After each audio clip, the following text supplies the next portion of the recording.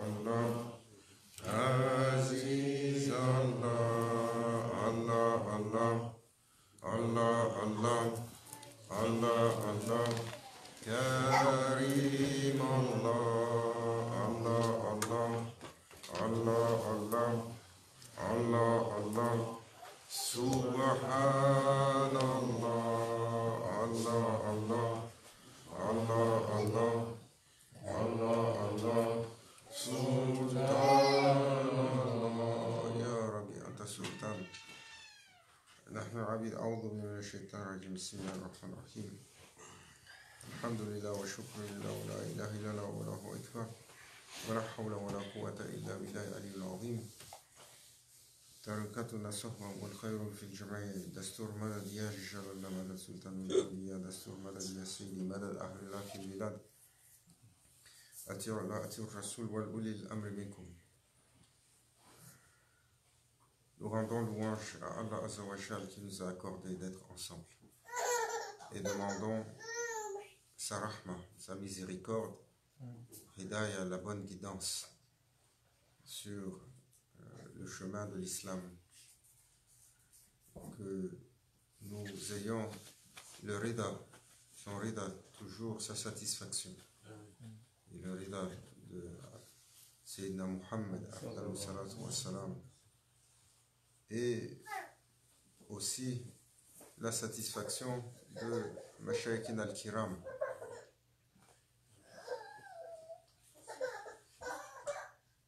tous ceux et toutes celles dont nous dépendons spirituellement, et la protection divine, particulièrement dans ce mois de Safar. En fait, sallam, toujours pour l'adoucir, il l'appelle Safar al-Khayr, pour atténuer sa difficulté. Et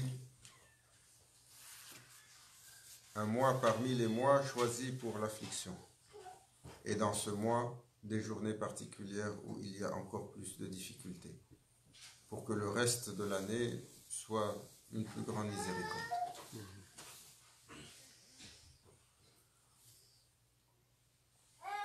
Parfois, les savants, certains savants, vont mettre en doute ces choses-là.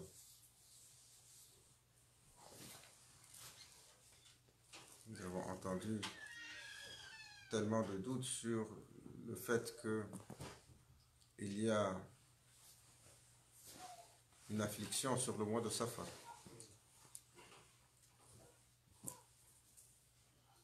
Parce que tout de suite, ça fait référence aux gens d'Allah qui voient ce genre de choses-là. Et ça fait référence à la superstition. Mais Ahlul Sunnah wal Jama'a, les gens du corps central, ils ne sont pas pour les superstitions. S'ils suivent, c'est qu'il y a une référence et c'est qu'il y a une réalité. Nous avons assez entendu Maulana Cheikh Nazim nous rappeler la difficulté du mois de Safar. Car le prophète sallallahu alayhi wa sallam a dit, celui qui m'annonce sa fin, alors il m'a annoncé une bonne nouvelle.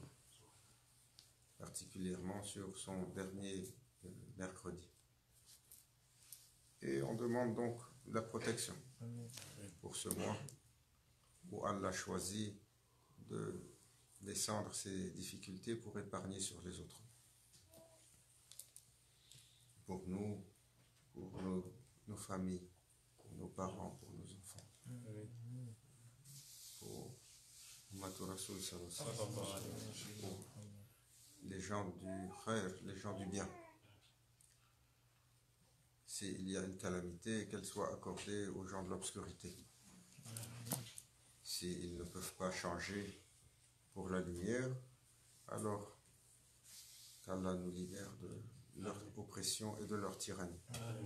Ceux apparents, ceux cachés, ceux évidents et ceux subtilement bien masqués.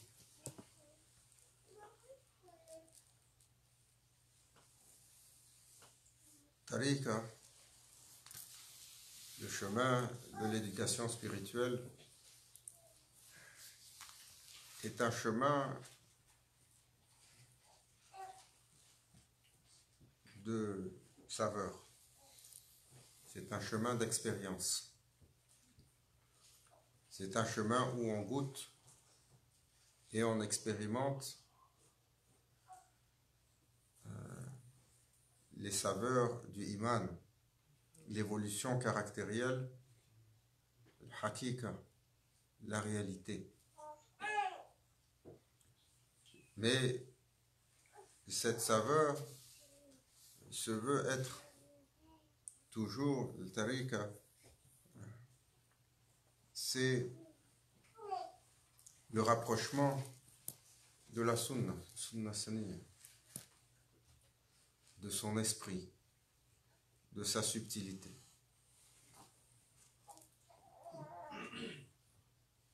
C'est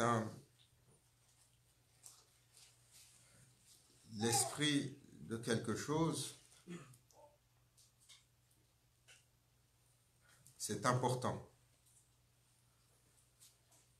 Comme quand on parle dans la jurisprudence de l'esprit des lois. C'est-à-dire, que sont les lois et qu'est-ce qu'elles visent véritablement? Est-ce que les lois sont là pour punir, pour contraindre, pour ségréguer, pour opprimer? Non. Est-ce que les lois sont là pour être intransigeantes? Non. Parce que l'humain, il est daïf. Et l'humain, il peut tomber. Donc la loi, elle inclut toujours un élément circonstanciel. Quand on doit regarder, comme Sayyidina Omar, quand ils sont venus, que en islam, traditionnellement, pour faire peur aux gens, on disait, si tu voles, on te coupe la main.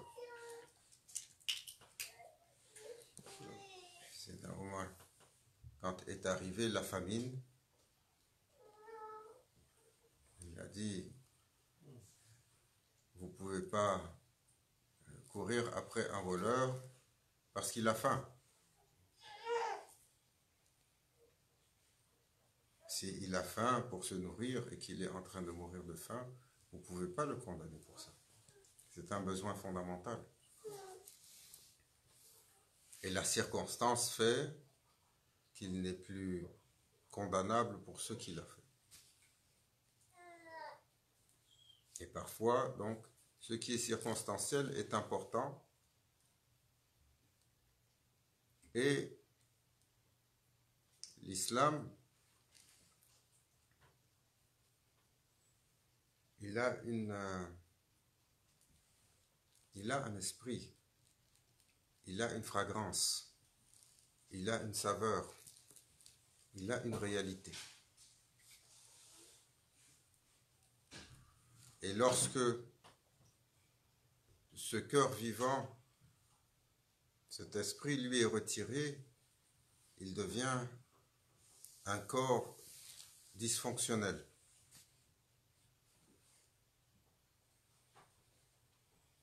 Le prophète sallallahu alayhi wa sallam, comme Allah Azza wa Jal va ouvrir le Saint-Coran, il va manifester son bien-aimé. Bismillah ar-Rahman ar-Rahim. Toute chose est au nom d'Allah. Allah Azza wa Jal, le Kitab al-Mubin, il ouvre Bismillah ar-Rahman ar-Rahim. Au nom d'Allah, le très clément, le très miséricordieux. Le très miséricordieux, le très clément.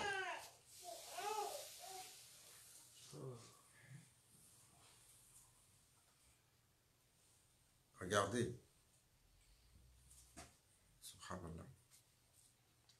il y a un fameux producteur américain qui, juste en mentionnant ça, pense à ce qu'il a dit. Il y a une vidéo qui circule en ce moment, qui a commenté sur la Fatiha.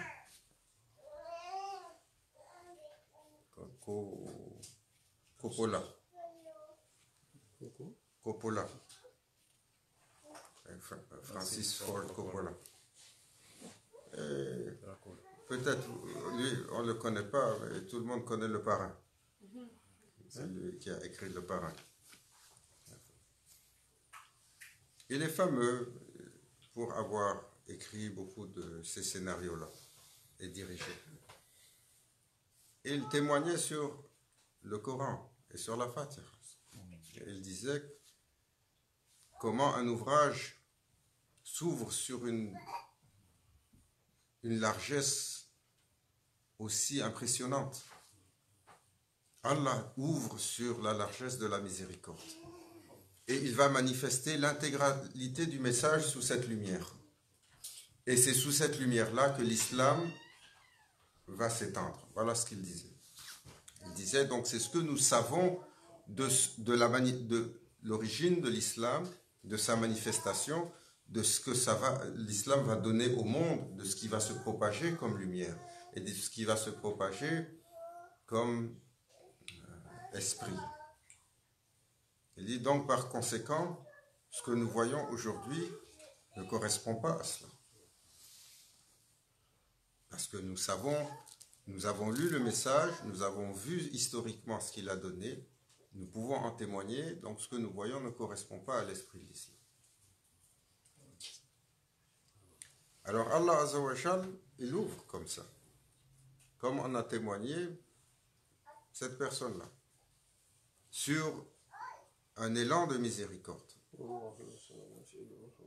Et il manifeste son messager, Sayyidina Muhammad sallallahu alayhi wa sallam, wa ma arsalnaka illa rahmatan lil alamin. Nous t'avons envoyé que comme miséricorde pour les alamin, pour les mondes, les créatures, pour tout ce qui est en existence.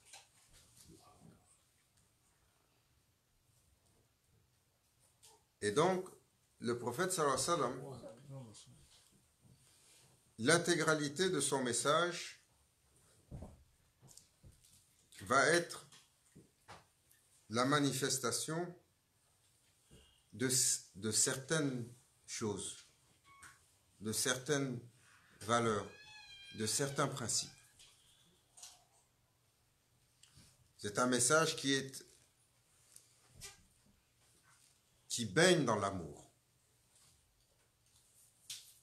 L'amour d'Allah, l'amour des gens d'Allah, l'amour de la vérité, l'amour des autres, l'amour du bien, l'amour des créatures, quelles qu'elles soient, surtout les plus faibles.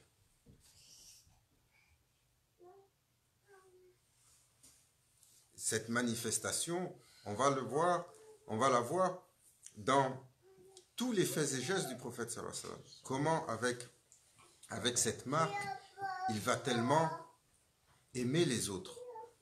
Il va tellement aimer son Seigneur par-dessus tout. Il va aimer le bien, il va aimer le service, il va aimer les autres, il va aimer sa famille, ses dépendants, ses épouses, ses enfants, ses petits-enfants, d'un amour qui est indescriptible. Il va aimer ses compagnons, il va aimer le voyageur, l'étranger, celui qui ne connaît pas.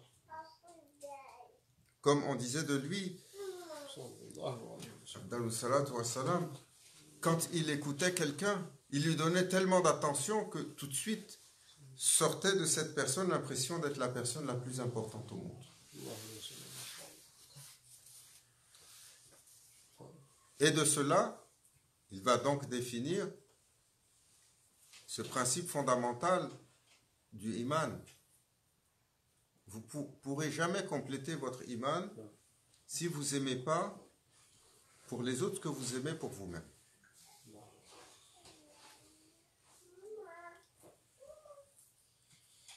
point à la vie.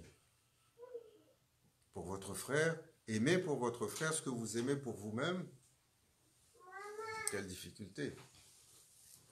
Quelle difficulté pour un égo qui par définition est égoïste. Notre matériau intérieur est imprégné d'égoïsme.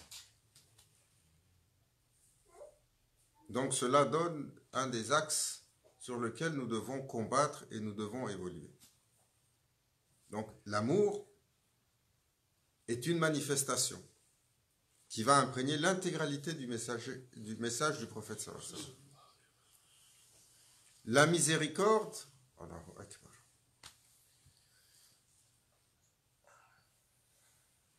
Sur toutes les créatures quelles qu'elles soient.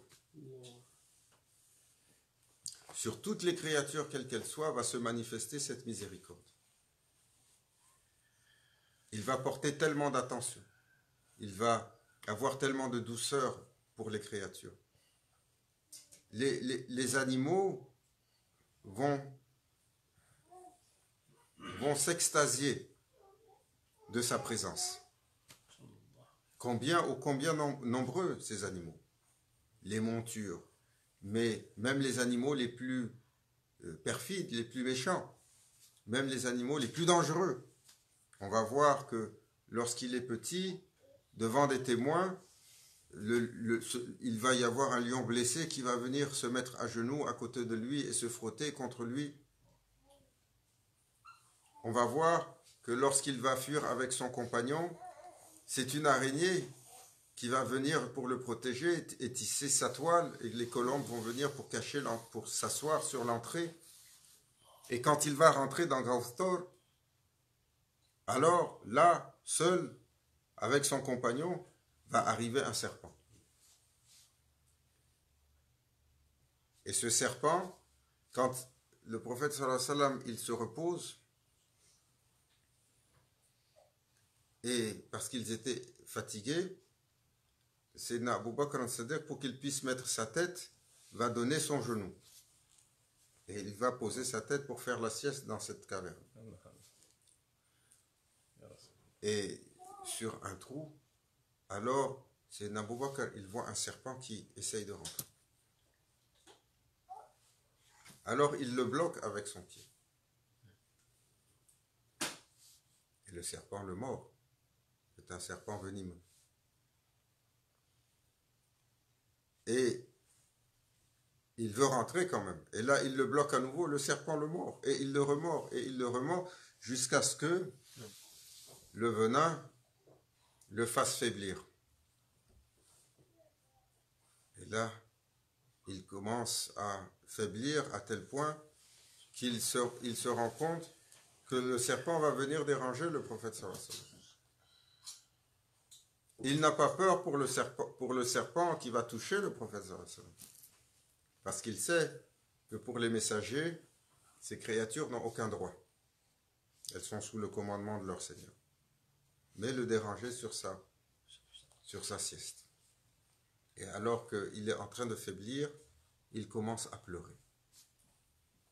Et dès que ses larmes vont tomber et toucher le prophète sallallahu alayhi wa sallam, alors le prophète va se lever pour lui dire: oh mon ami, pourquoi pleures-tu? Et il y a ce serpent qui veut, il y a un serpent qui essaie de rentrer, ya Rasulallah. Laisse-le rentrer. Et le prophète sallallahu alayhi wa sallam va parler au serpent. Il va lui dire: comment tu oses? Ne sais-tu pas que c'est un véridique et que tu as touché la chair d'un véridique? Et le serpent va répondre. Il va lui dire: Ya Rasulallah, j'ai eu une promesse chez Allah qu'aucune créature en ce monde peut me retenir.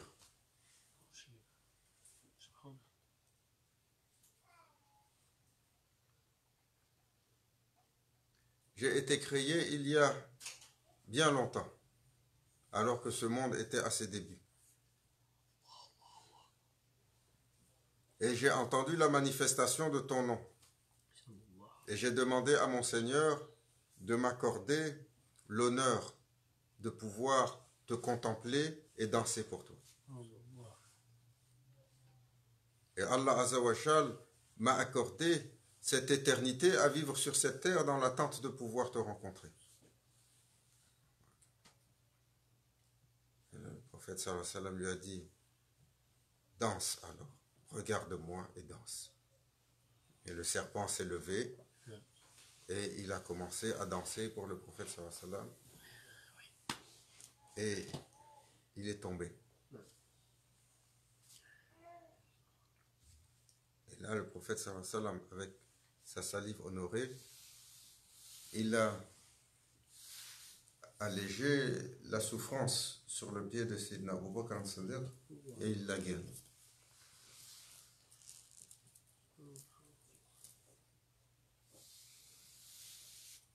Et il lui a dit, ya Abu Bakr,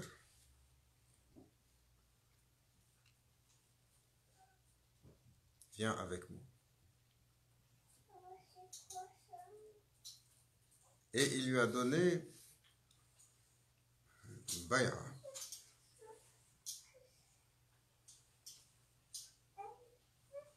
Et sur cette bay'a, il l'a fait monter dans cette station.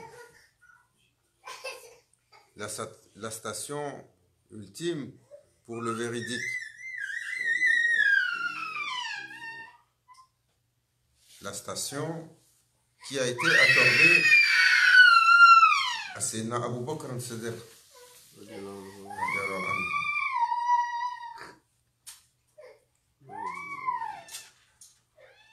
Où, quand le prophète sallallahu alayhi wa sallam va lui donner la bay'a, il va ouvrir à son cœur cet héritage spirituel, à propos duquel il dira plus tard, ce que Allah m'a donné, je l'ai déversé dans le cœur d'Abu Bakr.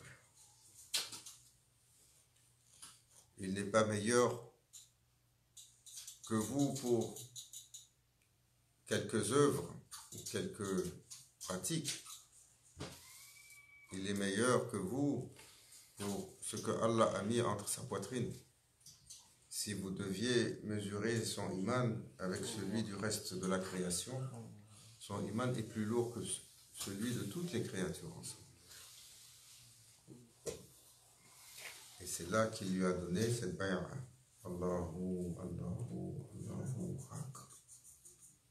Et sur cette bay'a, le secret de zikr qui lui a été donné, c'était ce fameux Allahu, Allahu, Allahu Akbar, qu'on doit répéter toujours quand on fait bay'a.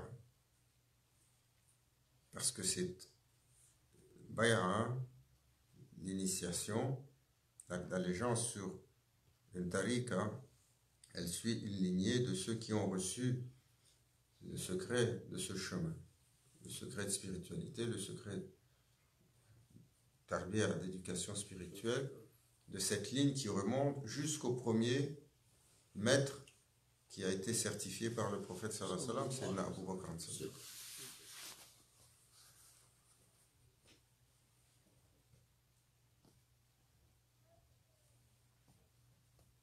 Et donc, on va voir que dans la vie du prophète sallallahu alayhi wa sallam, il va manifester un amour sans limite pour toutes les choses, pour toutes les créatures, qui émanent de son amour pour son Seigneur. Il va manifester une miséricorde extrême. Il va s'habiller du manteau de l'humilité.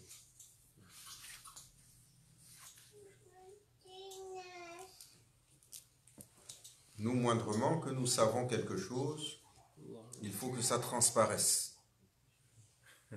Et tout de suite, Mashallah, I am so eloquent. Tout de suite, si on est capable d'aligner 3-4 phrases, on s'écoute soi-même et on s'aime. C'est comme ça. C'est valable pour tout le monde. Sauf ceux Allah Azza wa Jal, il leur a effacé le kibr. Inch'Allah, qu'Allah nous l'accorde.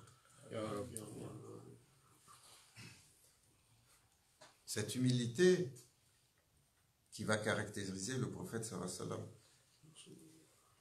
elle laisse celui qui est sincère, celui qui a un minimum de bon jugement, qui regarde qui il a été, quelle est sa station, comment il s'est comporté.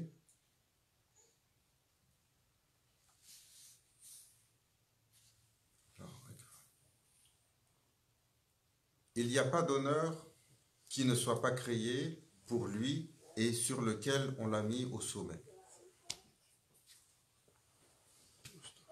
Il n'y a pas de grandeur créée dont il ne soit pas le détenteur, telle une couronne. Il n'y a pas de manifestation de la perfection excepté en lui.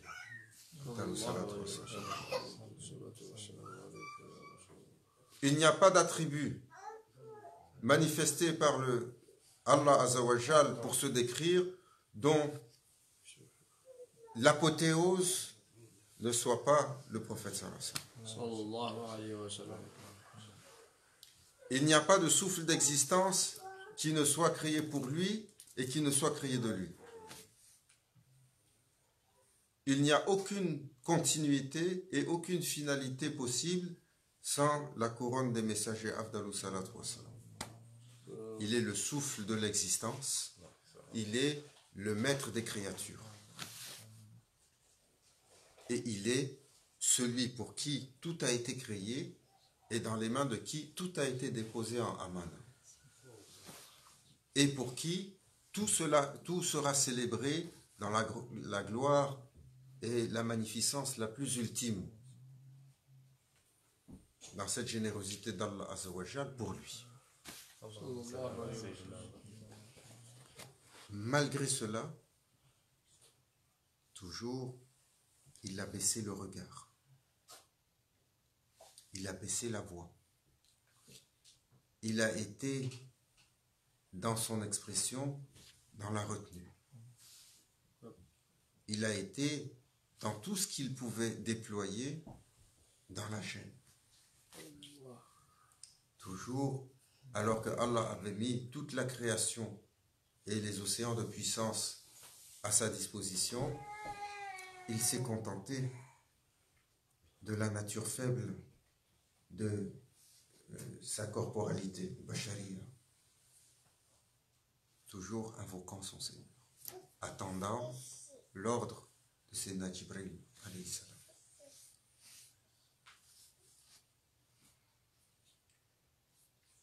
Si on nous avait donné un atome de ce qu'on lui a donné comme pouvoir, à chacun on aurait, Je vais détruire tout le monde. On aurait anéanti tout le monde. Ah oui, sans exception. Il ne faut pas penser que juste Nemrod, il peut faire des choses comme ça, ou bien Pharaon. On sait ce que nous sommes quand nous sommes en colère. Comment la raison nous perd, et comment le feu nous dévore, et comment la folie nous envahit. C'est pour ça que le prophète sallallahu alayhi wa sallam a dit Ya Rabbi, Allahumma takilni ila nafsi tarfata wa qala man tarik. Ya Rabbi, ne me laisse pas à mon ego même l'instant d'un clin d'œil. Cette phrase, elle a anéanti Sayyidina Abu Bakr as-Siddiq.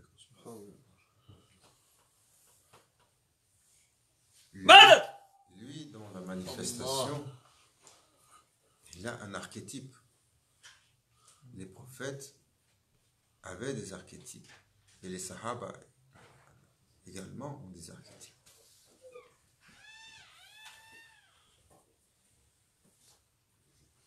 On dit de l'archétype de Sayyidina Ali, karamallahu wajha, ilm, Ana Madinatul Ilm wa Aliyun Babuha. Le prophète sallallahu alayhi wa sallam a dit, je suis la cité de la connaissance, du savoir. Ali en est la porte. Mais il est également le maître de la chevalerie suprême. C'est le chevalier des chevaliers. Tout ce qui fait la grandeur et la suprématie et la magnificence du caractère chevaleresque. On dit de Sayyidina Osman ibn Affan la décence, cette décence caractérielle qui fait que le prophète sallallahu alayhi wa sallam, même sur lui, a dit, mais qui ne serait pas gêné devant lui? Quand le prophète sallallahu alayhi wa sallam était dans une position confortable, est rentré un autre compagnon, et finalement est rentré Sayyidina Osman, ils sont rentrés dans l'ordre dont ils allaient être sur l'héritage spirituel, l'héritage de la khilaf. Il est rentré, Sayyidina Abu Bakr, il s'est assis à côté de lui, le prophète sallallahu alayhi wa sallam, il était assis, il avait les pieds dans un espace où il y avait de l'eau. Il est rentré, Sayyidina Omar, il s'est assis à côté. Il est rentré, Sayyidina Osman, il s'est assis plus loin. Il est rentré après Sayyidina Ali, il s'est assis plus loin. L'un après l'autre, ils sont rentrés. Et le prophète, sallallahu alayhi wa sallam, était relax et il avait son izar, parce que c'est ce qu'il portait, le izar, comme il porte les Yéménites aujourd'hui, le sarang, qui se levait un peu et tout de suite, il a rabaissé. Alors que pour Sayyidina Omar et Sayyidina Abu Bakr As-Siddiq, Sayyidina Omar, il ne l'avait pas fait. Et quand son épouse l'a questionné, il a dit, mais qui ne serait pas gêné devant ce caractère si décent et si noble? Il force la gêne. Celui qui, dans sa douceur extrême, avait du mal à égorger un agneau. Et dans Osman ibn Affan, il avait du mal à égorger un agneau. Et Sayyidina Omar,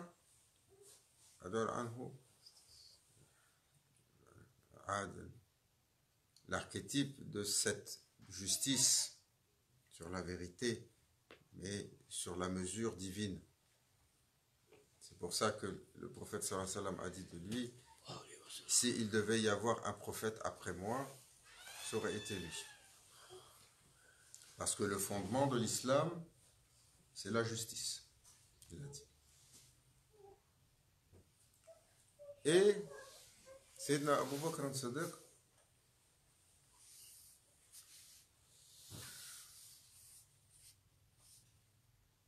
une miséricorde.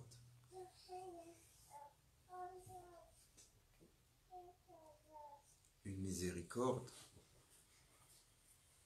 suprême.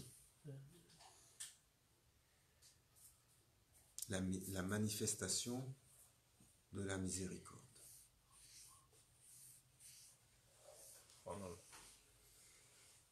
Et sa vie a été toujours, il est le premier compagnon homme.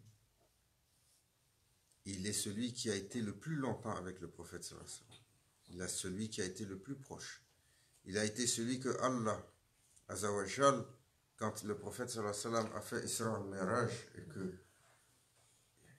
devant la majesté de la manifestation divine, il a défailli, pour qu'il revienne à lui, Allah Azza wa Jal lui a fait entendre la voix de son ami, Abu Bakr As-Siddiq, pour que son âme s'apaise et se tranquillise devant cette manifestation sublime, indescriptible de la majesté d'Allah Azza wa Jal. Grand Cheikh, Sayyidina Cheikh Abdullah Faiz Dabistani, il disait, donnez-moi un endroit de la création où le Seigneur ne se manifesterait pas, que je courrais m'y réfugier. Jean d'Allah, quand on le questionna sur pourquoi il disait ça, il disait, mais vous n'avez aucune idée de la majesté du Seigneur des mondes. pour celui à qui cela est ouvert. Ça devient pour son être la manifestation de l'attribut qui lui faisait très peur à Sayyidina Cheikh Abdullah Faiz al-Istami en tant qu'Akbar.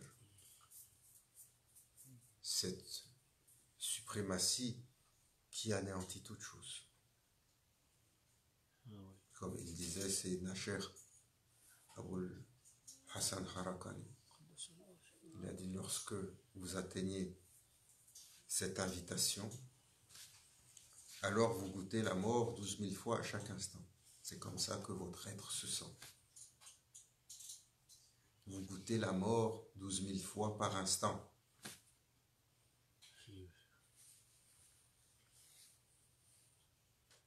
C'est la limite de la créature. Il est Allah. Il est Allah. Alors quand on entend les innocents, les ignorants, parler de leur Seigneur, l'instrumentaliser pour des bêtises, quand on entend le verbiage quotidien des gens qui disent « Wallah », et tu as juré par le nom d'Allah. Tu as juré par le nom d'Allah. Et c'est devenu pour toi un leitmotiv que tu utilises à toutes les sauces, sans aucune sacralité.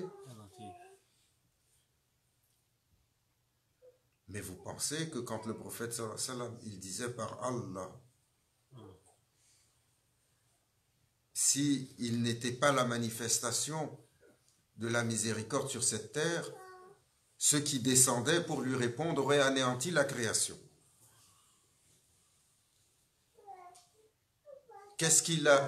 Dans quoi il a été illuminé? Dans quelle station il a été élevé? Dans quelle réalité il a été magnifié à 5 reprises par son Seigneur? Durant 500 000 années célestes, sa lumière a été magnifiée pour pouvoir juste porter la question de la présence divine. Afdalou salatu wa salam. Et nous pensons que cette petite créature venue, qui a vécu 63 ans, qui saignait comme tout le monde, qui avait la souffrance et qui était si en apparence démunie, représente cette station sublime du bien-aimé. Mais il faut faire preuve d'un minimum d'intelligence et de subtilité pour comprendre que autant la manifestation du Seigneur est non apparente, autant tout ce qui est à sa mesure est non apparent. Et la représentativité de son messager, alors complètement voilée par le manteau de l'élégance suprême, le manteau de l'humilité. Alors, chaque chose du prophète sallallahu alayhi wa sallam a été manifestée de cette humilité. Quand il adressait, quand il parlait, quand il demandait, même pour demander un verre d'eau, il était gêné. Et il passait par une formule détournée pour qu'on lui apporte un verre d'eau, en proposant que le verre... regardez la formule. Notre visiteur peut-être aurait soif.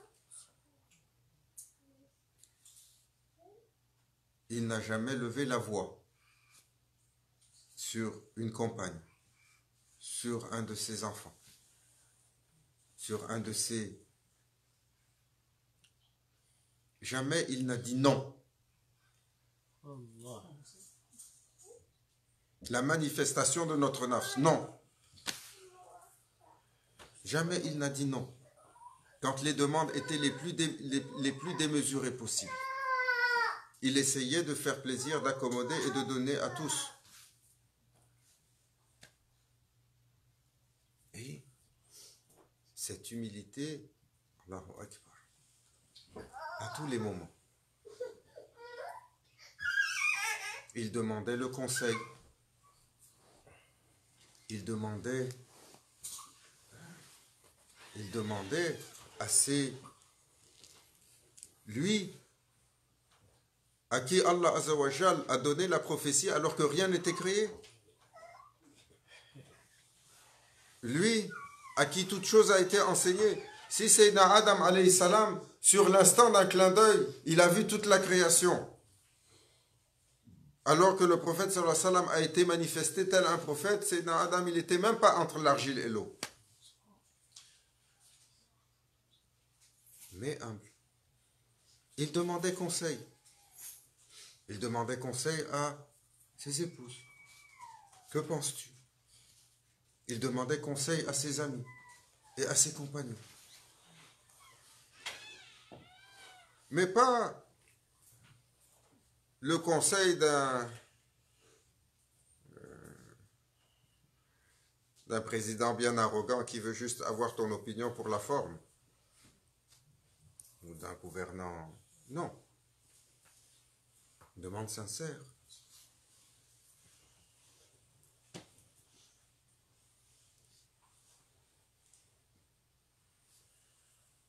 Et Allah Azza wa Jal l'a manifesté avec cette miséricorde. Et il l'a imprégné d'une connaissance. Une connaissance absolue, une connaissance fondamentale.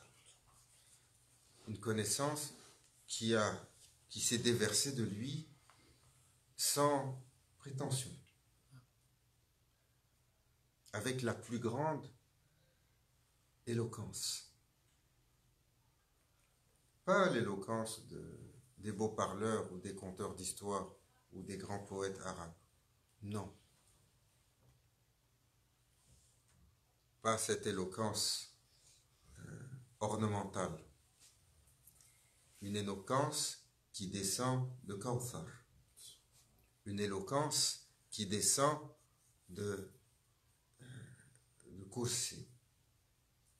Qui imprègne son être et qui est une manifestation de la grandeur, de la suprématie divine. Cette connaissance qui pénètre l'intégralité de la création. Sur un mot, sur une phrase, sur quelques phrases. Un hadith de ce qu'il disait était assez pour celui qui est sincère, qui le tient, d'avoir la guidance pour mener à bien son chemin. Ô musulmans, comment avez-vous sous-estimé la magnificence et la suprématie de votre messager?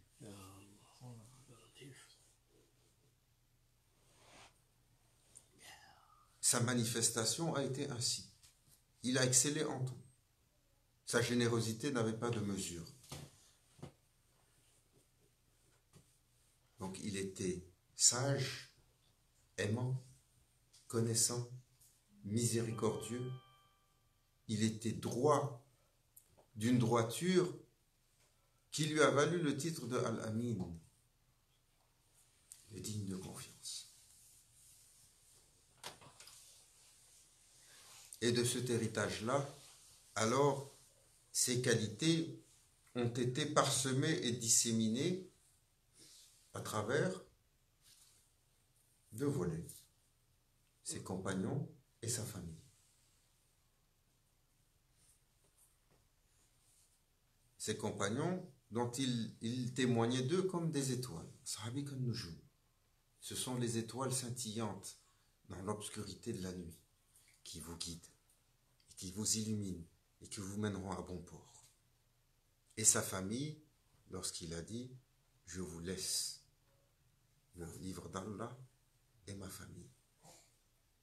Cette famille, Ahlul Bayt, Shurafa, les nobles, de cette descendance de guidance que l'on voit manifester partout. Seuls les envieux qui sont au service et à l'adoration du shaitan vont remettre en cause ce titre de noblesse. Il y en a dans les pays musulmans qui se pavanent avec ce titre. Cela ne diminue pas le titre. Il y en a qui portent ce titre, qui sont les descendants prophétiques, et qui malencontreusement vont avoir un comportement disgracieux. Ça incombe à leur Seigneur. Nous, on dit, le diamant qui est tombé dans la boue, il demeure un diamant. Ce qu'ils portent en eux est un héritage qui coule. Et leur présence sur terre est une miséricorde pour toutes les créatures. Et Allah sait ce qu'ils portent. Seul l'envieux ira décliner cette noblesse-là. Et tous les shaitans qui ont massacré la famille du prophète sallallahu alayhi wa sallam.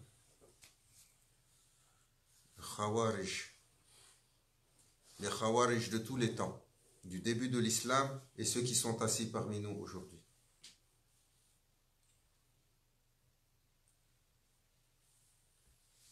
Qu'Allah Azawajal nous éclaire, qu'il nous guide, qu'il nous augmente dans l'amour du prophète sallallahu alayhi wa sallam, dans le désir de lui ressembler, dans le désir de lui faire plaisir, dans le désir de l'honorer, dans le désir d'être gratifiant pour ce que Allah Azawajal nous a accordé, de pouvoir dire la ilaha illallah Muhammad Rasulullah. Allah Azawajal nous pardonne pour nos transgressions, pour nos manquements, pour tout ce que nous avons fait qui lui déplaît, pour tout ce que nous avons fait qui nous éloigne de son commandement et qui nous éloigne de la sunna du prophète sallallahu alayhi wa sallam, pour tout ce que nous avons fait qui est autre que la lumière. Ya Rabbi Tawba Astaghfirullah, qui nous accorde en ce mois sa protection, sa grâce. Ila hadratina bil Fatiha.